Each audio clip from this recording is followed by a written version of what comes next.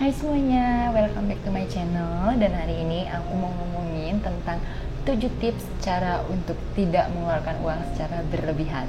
Berlebihan loh ya, bukan berarti nggak ngeluarin uang sama sekali, tapi supaya kita enggak mengeluarkan uang untuk hal-hal yang enggak penting. Hai semuanya, nama aku Devi. Untuk kalian yang baru pertama kali nonton video aku, halo, salam kenal. Dan buat kalian yang udah beberapa kali nonton video aku, halo. Untuk tips yang pertama adalah mindset shift atau perubahan cara pikir. Kenapa perubahan cara pikir? Karena aku yakin semua itu timbul dari pikiran kita. Jadi kalau emang kita bilang, emang aku tukang shopping, ya that's who you are. Jadi kalau misalnya kita nggak merubah cara pikir kita terlebih dahulu, buat aku sih agak susah ya untuk kita bisa lebih irit atau bisa menabung. Nah, tapi kita bisa rubah cara pikir kita perlahan-lahan, dan ini adalah suatu proses. Jadi kita perlu merubah gaya pikir kita atau cara pikir kita supaya kita bisa melawan temptation atau godaan-godaan. Karena banyak banget sekarang godaan-godaan untuk kita belanja. Contohnya kayak iklan-iklan dari sosial media, di YouTube, di billboard, di website, dimanapun dipasang iklan. Kalau kita nggak punya pikiran yang bener atau kuat untuk melawan itu, ya kita nggak bisa. Kita akan tetap mengeluarkan uang kita untuk beli hal-hal yang nggak kita butuhkan. Perubahan cara pikir ini penting untuk menghindari emotional shopping atau membeli barang karena emosi kita. Karena banyak dari kita pasti yang belanja karena aku bete, aku sedih, aku perlu untuk belanja itu. Padahal sebenarnya itu cuma karena kita emosi aja atau kita lagi bete aja. Dan shopping itu nggak menghilangkan bete kita, apalagi setelah kita bayar. Jadi saran aku, kita bisa alihkan bete kita itu ke hal-hal lain selain shopping. Olahraga, baca buku, denger musik, nari-nari kek, atau ya jalan-jalan aja keluar rumah, jalan-jalan di taman. Jangan jalan-jalannya ke mall ya, mungkin itu mah nyari masalah. Cuman kita bisa cari cara lain gitu loh. Atau ya nulis jurnal. Kayak aku lagi enjoy banget untuk nulis, dan itu membawa aku kayak ke dunia lain. Nah, kalian bisa cari cara selain shopping untuk ngilangin bete atau bosan kalian. Nah, setelah kita rubah cara pikir kita, tips yang kedua adalah cara budgeting kita. Jadi kita ubah cara budgeting kita. Setelah kita ubah cara berpikir kita, kita ubah cara budgeting kita menjadi save first, spend later. Dulu aku itu modelnya adalah yang spend first, save later. Jadi aku akan menabung kalau ada sisa dari uang bulanan aku, yang biasanya nggak ada sisanya. Jadi artinya nggak ada tabungan. Tapi sejak aku jadi minimalis, aku merubah juga cara budgeting aku. Menabung dulu, baru kita pakai yang lainnya. Cara budgeting ini akan ngajarin kita gimana caranya kita memprioritaskan uang kita. Untuk kita yang punya hutang, aku saranin yang jadi prioritas itu adalah bayar hutang dulu. Kita lunasin dulu semua hutang-hutang kita. Buat kita yang nggak punya hutang atau debt free, good for you. Kita bisa prioritaskan uang kita untuk tabungan terlebih dahulu. Setelah itu kita bisa bayar tagihan-tagihan wajib terlebih dahulu, baru sisanya untuk main-main. Nah, tagihan wajib itu kayak listrik, telepon, internet, air, gitu-gitu. Next, tips yang ketiga adalah saving challenge. Nah, dari namanya ini sebenarnya kan tantangan menabung atau tantangan dalam menabung ya. Tapi aku sendiri nggak nemuin tantangan, bahkan menurut aku saving challenge ini membuat aku jadi lebih senang, atau tabunganku tuh jadi lebih menarik dan menyenangkan. Jadi buat kalian yang baru pertama kali dengar tentang saving challenge, kalian bisa coba cek di internet apa itu saving challenge dan bagaimana aja caranya, karena itu banyak banget. Nah, kenapa aku saranin untuk kita ngelakuin saving challenge? Karena biasanya kita itu nabung itu kan jangka panjang ya, atau paling cepat mungkin 1 atau 2 tahun lah ya. Masa kita ada nabung 1 atau 2 bulan sih? Kayaknya paling nggak 1 atau 2 tahun. Nah, kalau kita nabung lama tanpa cara yang menyenangkan, itu akan bikin kita bosan. Dan kebanyakan aku itu gagal karena bosan. Karena kita cuma tiap bulan ambil duit masuk tabungan, ambil duit masuk tabungan. yang akhirnya membuat kita nggak mikir kayak tabungan lagi, tapi kita kayak mikir kayak dipalak ya. Akhirnya kita jadi malas nabung karena kita merasa bahwa uang kita tuh diambil gitu aja. Nah, tapi kalau dengan cara-cara yang menyenangkan, itu kayak apa ya, di aku tuh kayak aku ikhlas gitu loh ngeluarin duitnya untuk masuk ke tabungan itu, karena itu caranya beda. Nah, contoh aja di tahun 2021 besok, di bulan Januari, aku mau mulai dengan daily saving challenge. Jadi, aku akan nabung sesuai tanggal. Ya nggak Rp1 juga, tapi maksudnya disesuaikan aja dengan kesanggupan kita. Misalnya tanggal 1 itu 1.000 atau 10.000. Tanggal 2 berarti 20.000 atau 2.000. Tanggal 3-nya 3.000 atau 30.000, dan seterusnya. Gue sabar melakukan itu. Nah, kalian bisa coba itu juga. Atau cara lain yang seru juga, kayak misalnya buat kalian yang tiap hari keluar rumah, ke kantor, ke sekolah, ke kampus, kalian bisa bikin misalnya tiap aku lihat 10 mobil hitam, aku akan masukin tabungan 1.000 atau 10.000. Nah, kalian bisa lakukan itu, jadi di jalan kalian nggak bosen karena kalian ngeliatin mobil kan. Selain itu, kalian juga menabung. Tapi buat kalian yang nyetir, aku nggak saranin yang itu ya, karena kalian nanti bahaya nyetirnya. Jadi buat kalian yang nyetir, lebih baik kalian lampu merah. Jadi misalnya kalian bikin setiap kena lampu merah, kalian kasih 1.000 atau gopek. Nah, jadi misalnya selama perjalanan kalian dari rumah ke kantor, kantor ke rumah, kalian kena 5 lampu merah, berarti kalian masukin tabungan 5.000. So fun. Nah, aku mau tahu nih, kalian udah ada yang pernah nyoba saving challenge atau belum? Kalau kalian udah ada yang pernah coba, please kasih komen di bawah, ceritain pengalaman saving challenge kalian, saving challenge apa yang kalian coba, dan itu berhasil apa enggak. Karena aku pengen tahu gimana saving challenge kalian. Seperti yang sering aku bilang di video-videoku sebelumnya, aku bilang bahwa tabungan itu harus punya tujuan. Kenapa? Karena penting. Jadi, kalau tabungan kita nggak punya tujuan, itu akhirnya akan jadi uang nganggur. Yang akhirnya kita merasa bahwa kita pantas atau bisa menggunakan uang nganggur itu. Jadi, tips yang keempat adalah financial goal. Jadi, kita harus pikir apa financial goal kita. Ya, biasanya ini sih secara jangka panjang ya, bisa untuk mungkin dana pensiun, atau mau beli rumah, beli tanah, pokoknya hal-hal yang besar. Tapi ini juga berlaku untuk hal-hal yang kecil. Yang penting adalah setiap tabungan kita ada tujuannya. Jadi jangan tinggalin tabungan itu dengan cuman tabungan.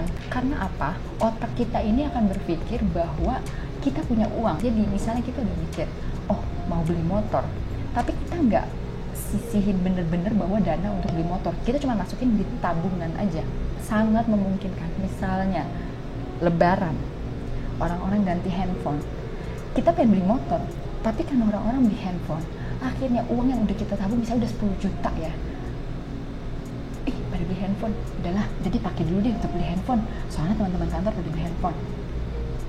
Sayang nggak sih kayak misalnya kita cuma udah setengah jalan atau udah sedikit lagi nyampe untuk beli motor, tapi gara-gara orang-orang ganti handphone terus kita jadi beli handphone, kan itu kayak apa ya, distracted gitu ya, teralihkan tujuannya, karena ya itu kita tabungan kita cuma jadi uang nganggur aja tanpa benar-benar ditujukan untuk beli motor.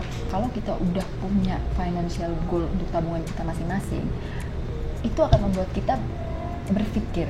Jadi misalnya aku punya tabungan untuk beli motor, tahu-taunya aku lihat ada sepatu yang bagus tapi harganya tuh 2 juta. Di otakku nih akan berpikir, beli aja 2 juta doang, kok cuma kurang 2 juta doang. Akhirnya aku beli. Itu secara nggak sadar, itu akan membuat kita mundur 2 juta dari financial goal kita. Nah, kalau kita bener-bener tulis ini untuk motor, itu terpatek di otak kita kayak, ini buat beli motor. Kalau misalnya aku pakai 2 juta, artinya aku akan mundur 2 juta lagi untuk beli motor aku. Gitu. Jadi beda banget kalau misalnya uang tabungan kita itu nggak dikasih nama gitu ya. Nah, tapi dalam setiap tabungan kita harus nabung itu jangan sembarang nabung ya, tapi aku saranin tabungan kita itu harus yang terukur dan masuk akal. Untuk tips yang kelima adalah wish list dan shopping list. Aku benar-benar terbantu banget sejak aku menggunakan wish list dan shopping list, dan aku nggak pernah pergi tanpa itu. Jadi aku menulis wishlist dan shopping list aku itu di handphone, supaya kalau aku pergi keluar dan aku ngelihat sesuatu yang aku suka tapi nggak ada di wishlist aku atau bahkan di shopping list aku akan taruh di wishlist aku, tapi sampai rumah aku akan pikirin itu. Kayak misalnya, apa aku bisa beli barang itu langsung, atau aku perlu nabung dulu, apa aku nanti akan memakai barang itu lagi, atau aku akan cuma pakai satu kali.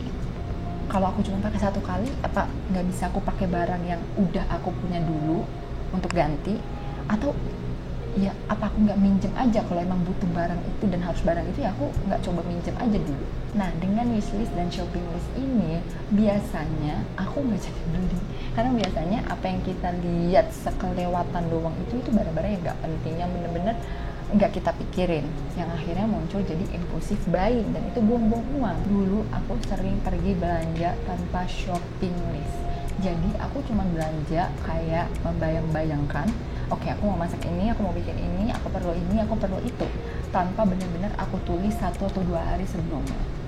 Dan belanjaanku kok dibanding dulu dan sekarang setelah aku menggunakan shopping list itu berkurang bisa sampai 40%. Bayangin gak sih, 40%, beda banget. Jadi aku benar-benar ngerasa keuntungan dari shopping list ini. Jadi kita itu akan balik lagi akhirnya ke pertanyaan financial goal kita. Kalau kita beli ini, apa benar-benar barang ini berguna buat kita? Masih lanjut tentang belanja. Tips yang ke-6 adalah hindari diskon. Dulu aku sering banget beli baju, celana, sepatu, tas, notes, pulpen karena diskon. Pergi ke mall, lewat toko, lihat lambang sale yang segede-gede itu dengan warna merah mencoloknya, itu sangat menggoda. Jadi aku masuk ke toko dan aku akan keluar dengan membawa tentengan, padahal nggak ada di shopping list atau wish list aku. Itu buang-buang uang. Satu kalimat, buang-buang uang. Jadi jauh-jauh dari diskon-diskon itu, karena kebanyakan kita itu tergoda banget sama diskon. Biasanya kita akan beli dengan alasan, udah lagi diskon, beli aja dulu, nanti tuh harganya 200.000, sekarang lagi 100.000, beli aja dulu. Ya terus kalau harganya 100.000 kenapa? Emang bakal kita pakai? Ya udah beli aja, pakai nggak pakai urusan belakangan. 1, buang-buang uang. 2, clutter, numpuk dong di rumah yang nggak kita pakai, yang akhirnya akan kita kasih orang. I've been there, aku pernah di posisi itu. Aku beli barang yang nggak aku butuhkan, tapi udah beli aja dulu orang diskon. Gitu, itu bener di otakku ada banget gitu loh. Jadi kalau kita nggak mau membuang uang kita untuk hal-hal yang nggak penting, hindari diskon. Nah, untuk tips yang terakhir, yang ke-7 adalah appreciating without buying. Jadi aku yakin kalau misalnya kita udah melewati perubahan mindset, kita pasti kayak bisa melewati masalah diskon, dan akhirnya kita akan bisa menikmati tanpa perlu membeli. Jadi dulu aku suka pergi ke toko baju tanpa membeli, tapi aku puas keluar dari situ. Kenapa? Aku fake shopping, bukan mencuri. Jadi aku ke toko baju, aku ambil semua baju yang aku suka, yang aku rasa bagus, aku bawa ke fitting room, aku coba semuanya satu per satu. Aku coba, aku nikmati. Jadi aku nggak cuma coba terus udah buka, enggak, aku pakai ke badanku, aku liatin di kaca, aku gaya-gaya, dan ganti. Ya gitu terus, ngulang.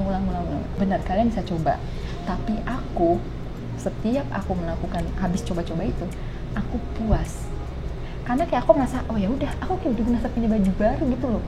Mungkin karena banyak kali yang aku coba, aku tuh bisa coba kayak lebih dari 10 potong.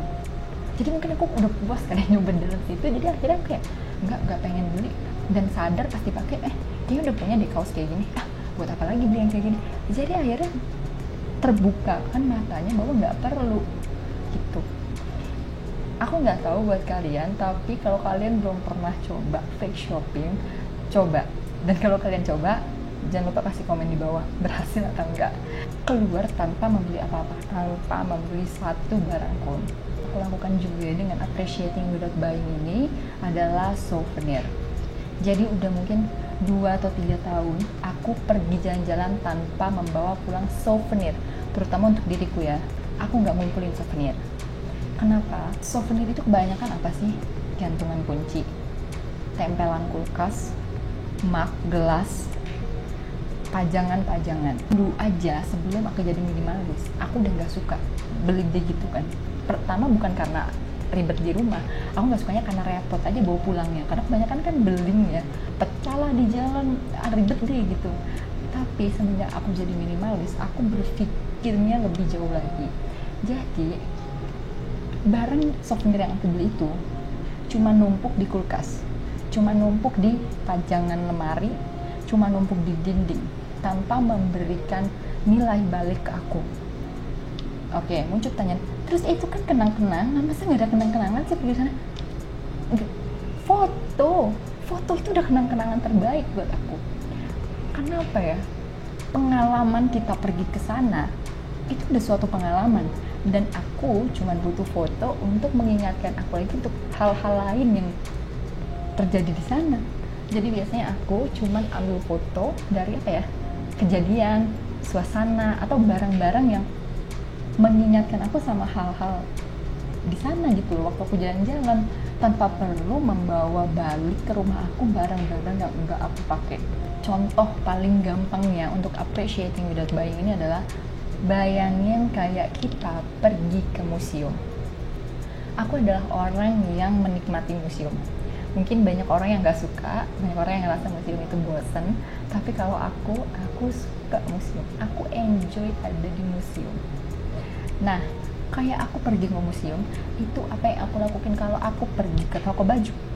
Aneh ya, tapi bener. Aku datang ke museum, aku lihat semua yang ada di museum itu, aku nikmati mereka sebagaimana mereka ada di situ, dan aku puas, aku senang tanpa perlu membawa barang dari museum itu, karena itu mencuri. Kayak aku berpikir bahwa ya emang benda itu lebih bagus ada di situ daripada di rumah aku. Itu juga dari perubahan mindset kita, dimana bahwa nggak semua barang yang bagus atau mahal harus kita punya. Nggak semua barang yang ada di toko atau lagi ngetrend kita harus punya, karena ada beberapa barang atau benda-benda yang ya kita appreciate aja tanpa kita harus membeli itu. Oke, jadi itu aja 7 tips dari aku untuk nggak ngeluarin uang secara berlebihan. Mudah-mudahan video ini membantu kalian atau menginspire kalian untuk lebih menggunakan uang secara bijak, karena seperti biasa yang aku bilang bahwa uang itu adalah titipan dari Tuhan, dan kalau kita mau diberikan berkat yang lebih banyak lagi dari Tuhan, ya kita harus membuktikan ke Sang Pemberi berkat bahwa kita bisa mengelola apa yang Dia percayakan kepada kita. Jangan lupa kasih komen di bawah untuk tips-tips cara menggunakan uang gak berlebihan ala kalian, karena aku juga senang belajar dari kalian, jadi supaya kita bisa sama-sama belajar. Untuk kalian yang belum subscribe, jangan lupa subscribe, dan jangan lupa kasih like-nya kalau kalian merasa suka dan terbantu dengan video ini. Oke semuanya, kalau gitu sampai ketemu di video yang selanjutnya. Bye-bye.